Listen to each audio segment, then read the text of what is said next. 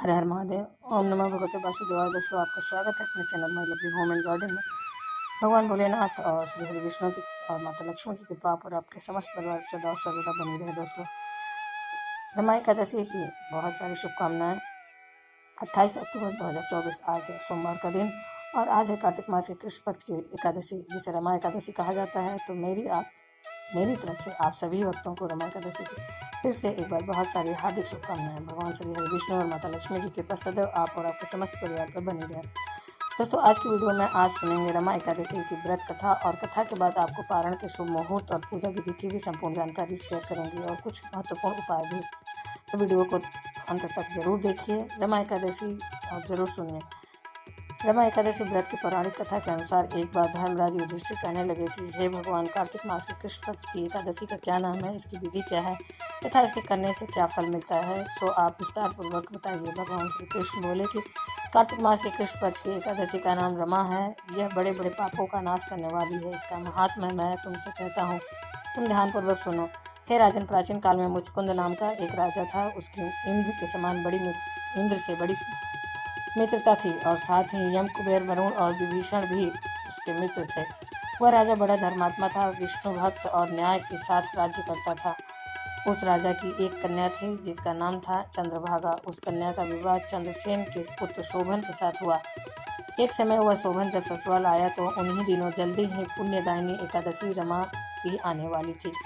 जब व्रत का दिन समीप आया तो चंद्रभागा के मन में अत्यंत सोच उत्पन्न हुआ कि मेरे पति अत्यंत दुर्बल हैं और मेरे पिता की आज्ञा अति कठोर है।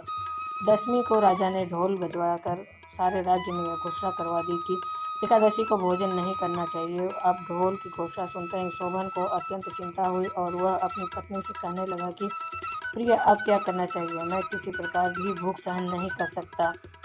ऐसा उपाय बतलाओ कि मैं जिससे मेरे प्राण बच सके, अन्यथा मेरे प्राण अवश्य निकल जाएंगे। चंद्रभागा कहने लगी कि हे स्वामी, मेरे पिता के राज्य में एकादशी के दिन कोई भी भोजन नहीं करता है। यहाँ तक कि हाथी, घोड़ा, ऊंट, बिल्ली, गौ आदि भी तृणमात्र अन्न, जल आदि ग्रहण नहीं करते हैं या कर सकते हैं। फिर मनुष्य का तो कहना ही क्या है।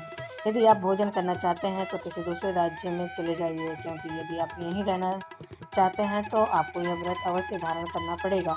ऐसा सुनकर शोभन कहने लगा कि हे प्रिय, मैं अवश्य व्रत करूंगा। जो भाग्य में होगा वह देखा जाएगा। इस प्रकार से विचार करके शोभन ने व्रत रख लिया और वह भूख और प्यास से अत्यंत पीड़ित होने लगा। जब सूर्य नारायण अस्त हो गए और रात्रि को जागरण का समय आया तो वैष्णव को अत्यंत हर्ष देने वाला था, परंतु शोभन के लिए अत्यंत दुखदायी हुआ। प्रातःकाल होते ही शोभन के प्राण निकल गए। तब राजा ने सुगंधित काष्ठ से उसका दाह संस्कार करवाया, परंतु चंद्रभागा ने अपने पिता की आज्ञा से अपने शरीर को दग्ध नहीं किया और शोभन की अंत्येष्टि क्रिया के बाद अपने पिता के घर में ही रहने लगी। रमा एकादशी के प्रभाव से शोभन को मंदराचल पर्वत पर धन धान्य से युक्त तथा शत्रुओं से रहित एक सुंदर देवपुर प्राप्त हुआ। वह अत्यंत सुंदर रत्न और वैदुर्य मणि जटित स्वर्ण के खंभों पर निर्मित अनेकों प्रकार के स्फटिक मणियों से सुशोभित भवन में बहुमूल्य वस्त्र, आभूषणों तथा छत्र और चमर से विभूषित गंधर्व और अप्सराओं से युक्त सिंहासन पर आरूढ़ होकर ऐसा शोभायमान होता था मानो दूसरा इंद्र विराजमान हो। एक समय मुचुकुंद नगर में रहने वाले एक सोम शर्मा नामक ब्राह्मण तीर्थ यात्रा करता हुआ घूमता फिरता उधर जा निकला और उसने शोभन को पहचान कर यह तो राजा का जमाई है शोभन, उसके निकट गया। शोभन भी उसे पहचान कर अपने समीप आसन से उठकर बिठाया और प्रणाम आदि करके कुशल प्रश्न किया। ब्राह्मण ने कहा कि राजा मुचुकुंद और उनकी पत्नी कुशल हैं, नगर में भी सब प्रकार से कुशल हैं, परंतु हे राजन, हमें आश्चर्य हो रहा है कि आप अपना वृत्तांत कहिए कि ऐसा सुंदर नगर जो कभी न देखा गया न सुना गया आपको कैसे प्राप्त हुआ। तब शोभन बोला कि कार्तिक कृष्ण पक्ष की रमा एकादशी के व्रत करने से मुझे यह नगर प्राप्त हुआ है, परंतु यह अस्थिर है। यह स्थिर हो जाए ऐसा उपाय कीजिए। ब्राह्मण कहने लगा कि राजन, यह स्थिर क्यों नहीं है और कैसे स्थिर हो सकता है, आप बताइए, फिर मैं अवश्य यह उपाय करूँगा। मेरी इस बात को आप मिथ्या न समझिए। शोभन ने कहा कि मैंने इस व्रत को श्रद्धा रहित होकर किया था, अतः यह सब कुछ अस्थिर है। लेकिन यदि आप मुचुकुंद की कन्या चंद्रभागा को यह सब वृत्तांत कहें तो यह स्थिर हो सकता है। ऐसा सुनकर उस श्रेष्ठ ब्राह्मण ने अपने नगर लौटकर चंद्रभागा से सब वृत्तांत कह सुनाया। ब्राह्मण के वचन सुनकर चंद्रभागा बड़ी प्रसन्नता से ब्राह्मण से कहने लगी कि हे ब्राह्मण देव, यह सब बातें आपने प्रत्यक्ष में देखी है या स्वप्न की बातें कह रहे हैं। ब्राह्मण कहने लगा कि यह पुत्री, मैंने तुम्हारे पति को प्रत्यक्ष देखा है, साथ ही किसी से विजय न हो ऐसा देवताओं के नगर के समान उनका नगर भी देखा है। उन्होंने यह भी कहा है कि यह स्थिर नहीं है, जिस प्रकार यह स्थिर हो सके वह उपाय करना चाहिए। चंद्रभागा कहने लगी कि हे विप्र, तुम मुझे वहाँ ले चलो, मुझे पति देव के दर्शन की तीव्र लालसा भी हो रही है। मैं अपने किए हुए पुण्य से उस नगर को स्थिर बना दूंगी। आप ऐसा कार्य कीजिए जिससे उनका और हमारा संयोग हो, क्योंकि वियोगी को मिला देना ही महापुण्य है। सोम शर्मा यह बात सुनकर चंद्रभागा को लेकर मंदराचल पर्वत के समीप वामदेव ऋषि के आश्रम पर गया। वामदेव जी ने सारी बातें सुनकर वेद मंत्रों के उच्चारण से चंद्रभागा का अभिषेक कर दिया।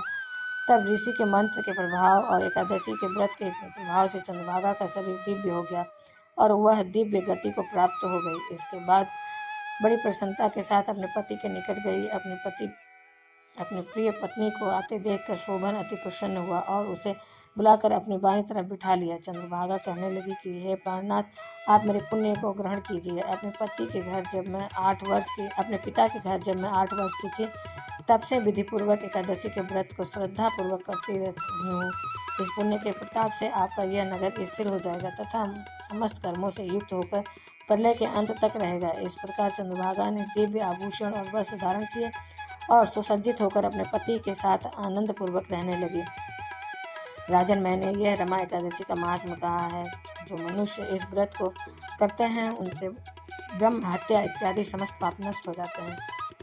कृष्ण पक्ष हो या फिर शुक्ल पक्ष, दोनों की एकादशी समान है, इसमें कोई भेदभाव नहीं है। दोनों समान ही फल देती हैं। जो मनुष्य इस महात्मा को पढ़ते अथवा सुनते हैं वे समस्त पापों से छूटकर विष्णु लोक को प्राप्त होते हैं। दोस्तों, आप जानते हैं कुछ खास उपायों के बारे में। इस दिन किए जाने वाले कुछ खास उपाय। इस दिन आप भगवान श्री हरि विष्णु का अभिषेक हल्दी मिश्रित जल से कर सकते हैं और साथ ही या तो दूध में कुछ केसर मिलाकर कर सकते हैं। ऐसे करने से आपकी सभी मनोकामनाएं भगवान श्री हरि विष्णु पूर्ण करते हैं। उनका अभिषेक कीजिए। और आज अगर दक्षिणावर्ती शंख से भगवान श्री हरि विष्णु का अभिषेक किया जाए तो ऐसा कहा जाता है कि हर प्रकार की कामना उस भक्त की भगवान विष्णु पूर्ण करते हैं। लेकिन अगर आपके पास दक्षिणावर्ती शंख ना हो तो आपके पास जो भी पात्र हो, किसी भी पात्र से आप किसी भी पात्र में लेकर इसी प्रकार से दूध और केसर में जो मिला हुआ है उससे भगवान श्री हरि विष्णु का अभिषेक कर सकते हैं। यदि यह भी आपके पास ना उपलब्ध हो दूध और केसर, तो थोड़ा सा गंगा जल लीजिए, उसमें शुद्ध जल मिला लीजिए और चुटकी भर हल्दी डाल लीजिए। इसी जल से आप भगवान विष्णु का अभिषेक कर सकते हैं। चाहे कोई सा भी स्वरूप आपके पास भगवान श्री हरि विष्णु का हो, लड्डू गोपाल जी का हो या फिर शालिग्राम जी का हो, आप इसी जल से उनका अभिषेक कर लीजिए।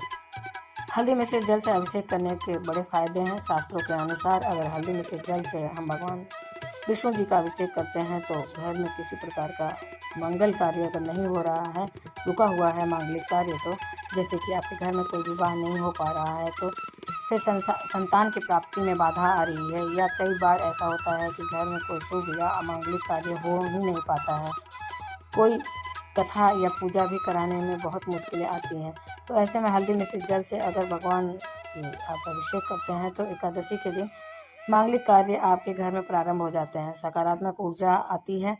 इसके साथ ही महालक्ष्मी आपके घर में स्थिर रूप से वास करती हैं। और फिर उस अभिषेक किए हुए जल से अपने पूरे घर में छिड़काव कीजिए। घर के हर कोने में इस जल का छिड़काव करने से हर प्रकार की दरिद्रता समाप्त हो जाती है। परिवार में किसी भी प्रकार का कलह क्लेश हो रहा हो तो समाप्त हो जाता है। अगर घर में हमेशा कोई ना कोई बीमार रहता है तो भी परेशानी आपकी दूर हो जाती है।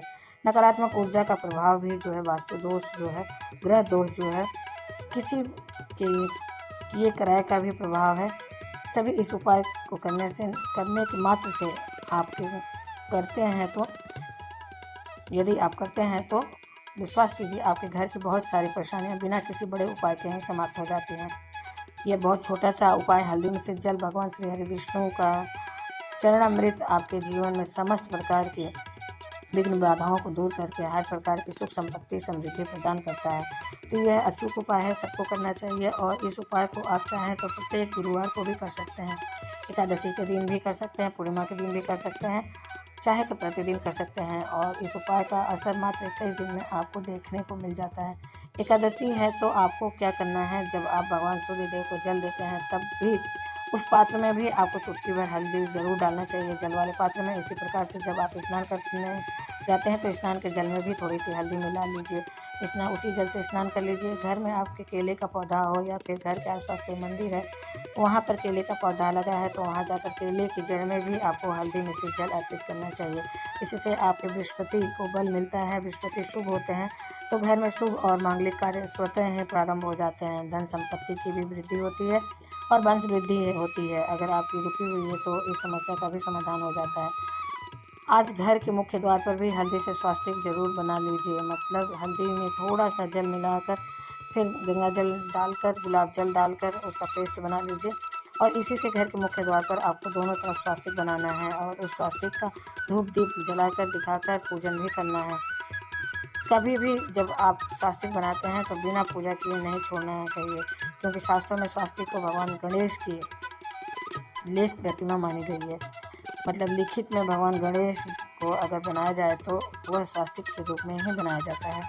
उस स्वास्तिक का पूजन हम भगवान गणेश मानकर करते हैं। अपने घर के दोनों तरफ जब आप स्वास्तिक बनाते हैं तो यह समझ लीजिए कि आपके अपने घर के दोनों तरफ, मुख्य द्वार के दोनों तरफ भगवान गणेश को स्थापित कर दिए हैं अपने घर की रक्षा के लिए। तो किसी प्रकार की नकारात्मक ऊर्जा आपके घर में प्रवेश कर नहीं सकती है और माँ लक्ष्मी स्थिर रूप से आपके घर में वास करती हैं। भगवान विष्णु की पूजा करने के बाद अगर आपके घर के आसपास कोई पीपल का वृक्ष है तो वहाँ भी जाकर पीपल की जड़ में जल अर्पित करना चाहिए और पीपल सींचने के लिए आपको हल्दी का प्रयोग करना चाहिए। जल में थोड़ी सी हल्दी मिलाकर ही पीपल की जड़ में अर्पित कीजिए, फिर धूप दीप दिखाकर पीपल की पूजा कर लीजिए। आज के दिन शाम के समय या फिर सुबह जब भी आपके पास समय हो, एक शुद्ध घी का या तिल के तेल का दीपक पीपल की जड़ में जरूर अर्पित कीजिए। तुलसी की पूजा करें पूरे कार्तिक मास में। एकादशी विशेष हो जाती है तो एकादशी के दिन हम जल तो नहीं अर्पित करते हैं, लेकिन शाम के समय दीपदान जरूर कीजिए। दीपदान आप सुबह भी कर सकते हैं, जैसे कि अभी तो ब्रह्म मुहूर्त में हम उठ रहे हैं तो उस समय दीपदान किया जाता है, फिर शाम को जरूर करना है। और तुलसी की ओर दीपदान कर रहे हैं तो उसमें भी थोड़ी सी हल्दी अवश्य डाल दीजिए। दीपदान घर के मुख्य द्वार पर भी आपको करना है, लेकिन मन में आपको यह भावना रखनी है कि जब आप दीपदान कर रहे हैं तो मुख्य द्वार के दोनों तरफ आप दीपदान कीजिए और यह सोचकर मन में जलाएं कि भगवान श्री हरि विष्णु और माँ लक्ष्मी संयुक्त रूप से एक ही साथ आपके घर में प्रवेश कर रहे हैं। और मुख्य द्वार पर भी जो आप दीप जला रहे हैं उसमें भी थोड़ी सी हल्दी अवश्य डाल दीजिए। और घर के मंदिर में भी जो आप दीपदान कर रहे हैं उसमें भी आपको थोड़ा सा हल्दी या फिर केसर जरूर डालना है।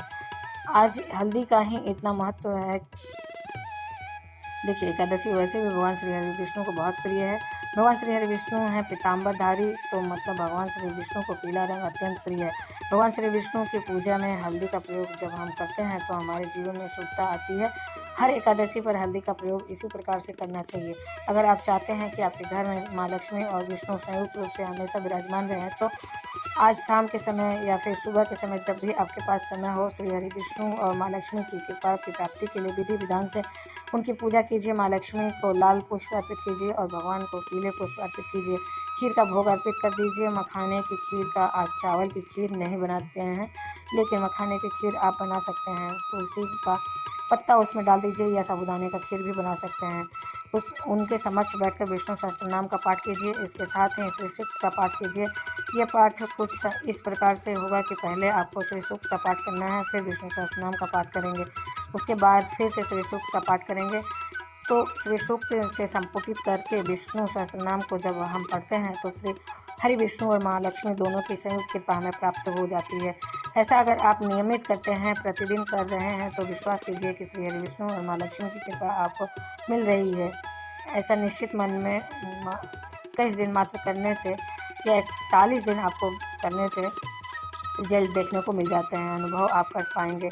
श्री हरि विष्णु और माँ लक्ष्मी की कृपा का तो अगर आप बहुत परेशानी में हैं, तो आर्थिक तंगी से आप परेशान हैं, तो इस उपाय को तो आपको जरूर करना चाहिए। कार्तिक मास की कृष्ण पक्ष एकादशी तिथि प्रारंभ हो रही है और उसी दिन यह उपाय कर सकते हैं और प्रतिदिन इसका पाठ करें। पर एकादशी का व्रत हमेशा सूर्योदय काल के अनुसार होता है, तो 28 को हो रहा है दोस्तों। ये तो है कुछ मुख्य उपाय। उम्मीद करते हैं इन उपायों को कर आप भगवान और माँ लक्ष्मी की कृपा अवश्य ही प्राप्त करेंगे। फिर विष्णु की जय। कार्तिक मास के कृष्ण पक्ष की एकादशी तिथि प्रारंभ हो रही है 27 अक्टूबर को सुबह 5:02 पर और समाप्त हो रही है 28 अक्टूबर को 7:51 पर सुबह में। एकादशी का व्रत हमेशा सूर्योदयकालीन तिथि में ही रखा जाता है। अब ऐसे में दोनों ही दिन आपको सूर्योदय काल में एकादशी की तिथि प्राप्त हो रही है। 27 अक्टूबर को भी सूर्योदय काल के समय में एकादशी है और 28 अक्टूबर को भी आपको एकादशी की तिथि प्राप्त हो रही है। लेकिन 28 अक्टूबर को यानी कि सोमवार के दिन एकादशी का व्रत करना श्रेष्ठ माना जाता है, क्योंकि इस दिन द्वादशी युक्त एकादशी है जो कि सर्वाधिक शुभ मानी जाती है। वैसे यह व्रत भी 2 दिनों तक किया जाता है, यह किया जाएगा। बहुत से भक्त होंगे जो 27 अक्टूबर को भी यह व्रत करेंगे और कई भक्त हैं जो 28 अक्टूबर को भी यह व्रत का धारण करेंगे। ऐसे में आप जिस भी समुदाय को मानते हो, जिस भी गुरु परंपरा को मानते हो या जुड़े हो, उनके अनुसार आप यह व्रत कर सकते हैं।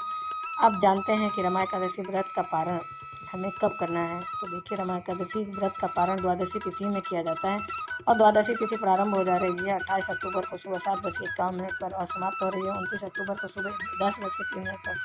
29 अक्टूबर को सूर्योदय काल का समय रहेगा 6:31 पर, इसलिए पारण का शुभ मुहूर्त आपको प्राप्त हो रहा है 6:32 से सुबह 8:04 तक। इसी शुभ मुहूर्त में आपको अपना व्रत खोल लेना चाहिए। लेकिन मान लीजिए आपको अगर देर हो भी जाती है तो इतना जरूर ध्यान रखिए कि सुबह 10:02 तक एकादशी तिथि समाप्त हो जाएगी, तो इससे पहले आपका व्रत अवश्य खुल जाए। द्वादशी तिथि समाप्त हो जाएगी तो इससे पहले आपका व्रत अवश्य खुल जाए।